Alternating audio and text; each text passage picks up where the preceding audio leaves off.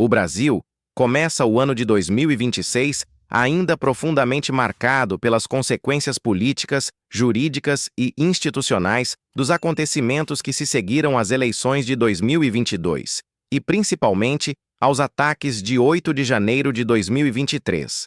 E nesta semana, um episódio ocorrido dentro da prisão do ex-presidente Jair Bolsonaro reacendeu debates antigos, expôs tensões entre instituições e voltou a colocar no centro da agenda nacional a relação entre justiça, política e narrativa pública. Na madrugada do dia 6 de janeiro, Jair Bolsonaro, que cumpre pena em regime fechado na Superintendência da Polícia Federal em Brasília, sofreu uma queda da cama dentro de sua cela enquanto dormia. O fato, por si só, poderia ser tratado como um incidente doméstico comum dentro de qualquer unidade prisional. No entanto, por se tratar de um ex-presidente da República, condenado a 27 anos de prisão por crimes relacionados à tentativa de golpe de Estado após a derrota eleitoral, o episódio rapidamente ganhou proporções nacionais. Segundo os registros oficiais da Polícia Federal, Bolsonaro foi atendido imediatamente pela equipe médica da própria instituição. O laudo inicial apontou que ele estava consciente, orientado, com sinais vitais estáveis, sem indícios de déficit neurológico, apresentando apenas ferimentos leves, incluindo uma lesão superficial no rosto e uma contusão no pé. A avaliação indicava observação clínica, sem necessidade imediata de remoção hospitalar.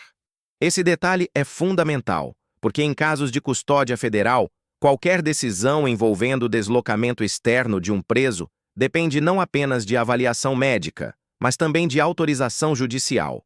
E foi exatamente isso que aconteceu em seguida.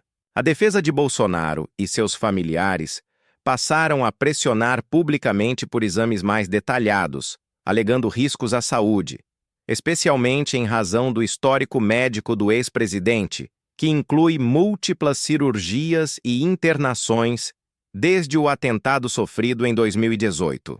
Diante dessa pressão, o ministro Alexandre de Moraes, do Supremo Tribunal Federal, responsável pela execução da pena, analisou o pedido e inicialmente negou a saída imediata para um hospital. Em sua decisão, Moraes destacou que o laudo da Polícia Federal apontava ferimentos leves e ausência de risco grave naquele momento, determinando que o ex-presidente permanecesse sob observação na unidade prisional. Essa decisão provocou forte reação nas redes sociais e em setores da oposição, que passaram a acusar o Supremo de rigor excessivo e até de insensibilidade. Por outro lado, aliados do governo e defensores da responsabilização pelos atos antidemocráticos viram a decisão como coerente com o tratamento padrão dado a qualquer preso sob custódia do Estado. Pouco tempo depois, diante da insistência da defesa e para afastar qualquer dúvida técnica ou narrativa de negligência, Alexandre de Moraes autorizou que Jair Bolsonaro fosse levado, sob escolta rigorosa, ao Hospital DF Star, em Brasília, para a realização de exames complementares. No hospital, o ex-presidente passou por tomografia, ressonância magnética e outros exames neurológicos. O resultado desses exames confirmou que não havia lesões graves, como hemorragias intracranianas ou fraturas complexas. O quadro foi classificado como leve, sem indicação de procedimentos invasivos ou internação prolongada. Após os exames, Bolsonaro retornou à custódia da Polícia Federal.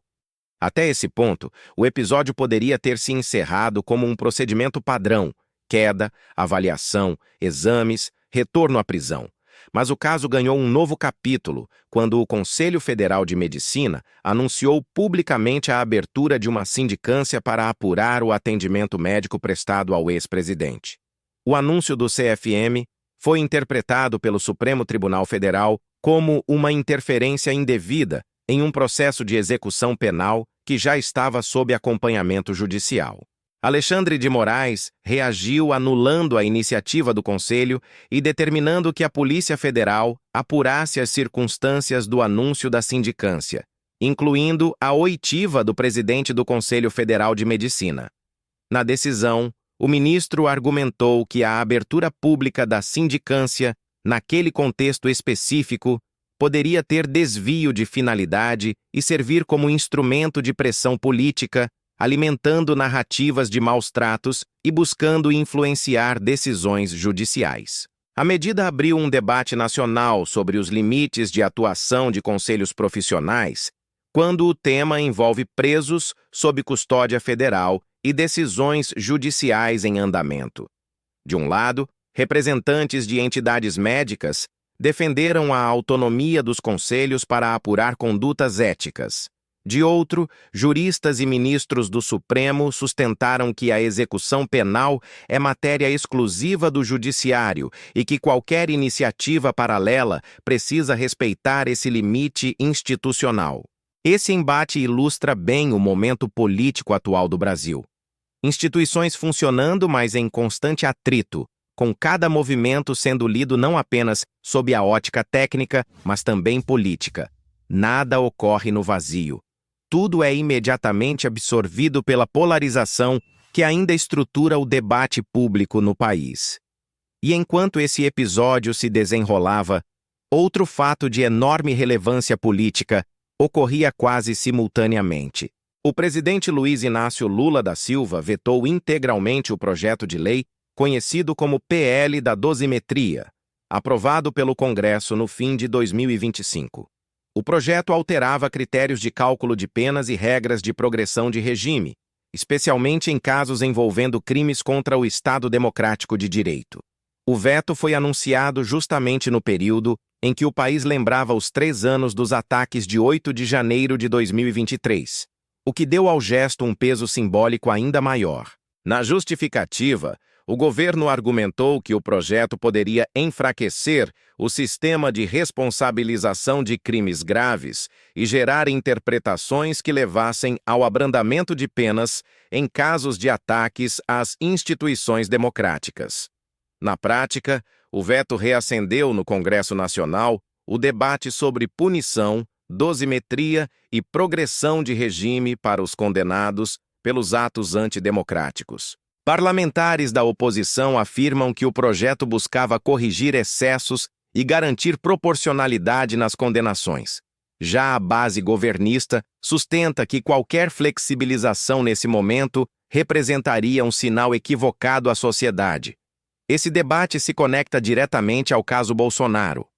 Embora o veto não tenha sido direcionado a um nome específico, ele incide sobre o mesmo conjunto de crimes e o mesmo contexto histórico que levaram à condenação do ex-presidente e de centenas de outros envolvidos nos ataques de 2023. Assim, a queda na prisão, a reação institucional, o embate com o Conselho Federal de Medicina e o veto presidencial formam um mesmo quadro maior. Um quadro que revela um Brasil ainda em processo de reconstrução institucional, tentando equilibrar garantias individuais, dever do Estado, memória democrática e estabilidade política. É importante destacar um ponto essencial para quem acompanha esse debate. Permitir exames médicos a um preso não é privilégio, é obrigação legal do Estado. Ao mesmo tempo, negar benefícios penais indevidos ou impedir que episódios médicos sejam explorados politicamente também faz parte da responsabilidade institucional. O que se viu nesta semana foi exatamente isso. Primeiro, cautela. Depois, liberação controlada para exames. Em seguida, resposta firme a tentativas de politização paralela do episódio. E no plano mais amplo, um governo sinalizando que não pretende recuar na política de responsabilização dos crimes contra a democracia. O Brasil de 2026 ainda vive sob a sombra do 8 de janeiro. A figura de Jair Bolsonaro continua sendo um polo de mobilização simbólica, mesmo preso, e cada acontecimento envolvendo seu nome se transforma em campo de batalha narrativo entre acusações de perseguição e alertas contra a impunidade. Ao final, o que está documentado e comprovado é claro: houve uma queda, houve atendimento médico, houve exames autorizados, não houve constatação de lesão grave, houve conflito institucional com o Conselho Federal de Medicina e houve um veto presidencial que reacende o debate sobre penas e democracia. Todo o resto são disputas políticas que seguem moldando o Brasil neste início de 2026.